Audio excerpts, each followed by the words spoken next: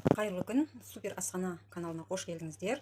Сіздермен бірге Жазира. Мен бүгін сіздерге өте қарапайым, оңай, жеңіл, көп ингредиентті талап етпейтін рулет тамағын пісірмекшімін. Бұл жерде бізге қамырына ұн және 2 чай қасық тұз, су, май және жарым келі фарш, 2 үлкен картоп керек болады.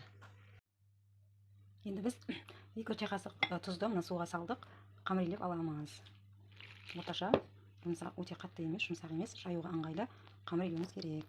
Мінекей қамырды да илеп болып қалды. Қамырымыз жұмсақ емес, қатты емес, әдемі болып шықты. Міне 500 грамм қамыр, ровно осы 1 стакан су кетті. Енді бұны бетін жауып, демалдырып қоямыз.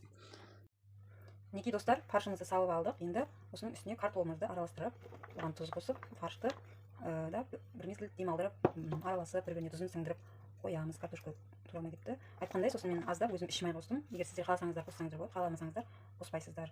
Мен міне бір ас қасық шай қасық, екінші шай қасық тұзды қосып жақсылап араластырып, бұл фаршты да демалдырып қоямын. Тұзы сіңіп дәмді болу үшін.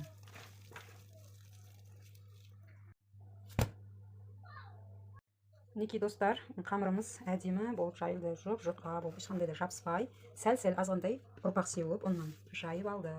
Енді осыдан рулетімізді бастаймыз. Қарасаңыздар, міне қамырларды мындай бөліктерге бөліп алдым барлығын. Сөйтіп олардың үстіне май құйып қойдым. Міне мына жақта да бар бөліктері. Міне қамырымызды жайып, майлап, майды жағып аздап. Оның бетіне фаршымды салып алдым. Енді қазір осыларды рулет қылып орап, маңдаваркаға саламын. Достар, міне біздің дайындап жатқан рулетіміз осындай 3 листке шықты.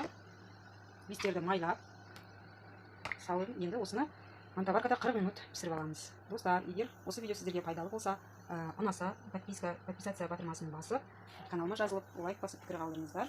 Мен үшін ол шабыт сыйлайды. Достар, менің рулетім дайын болды. Ол сондай сочный, иісі аңқып, дәмді болып пісті. Сіздерге де дайындауға кеңес беремін, және сіздерге қатты ұнайды деп ойлаймын. Айранмен және басқа соустармен қосып жеген өте керемет. Біз өзіміз отбасымызбен айранмен қосып жегенді жақсы көреміз.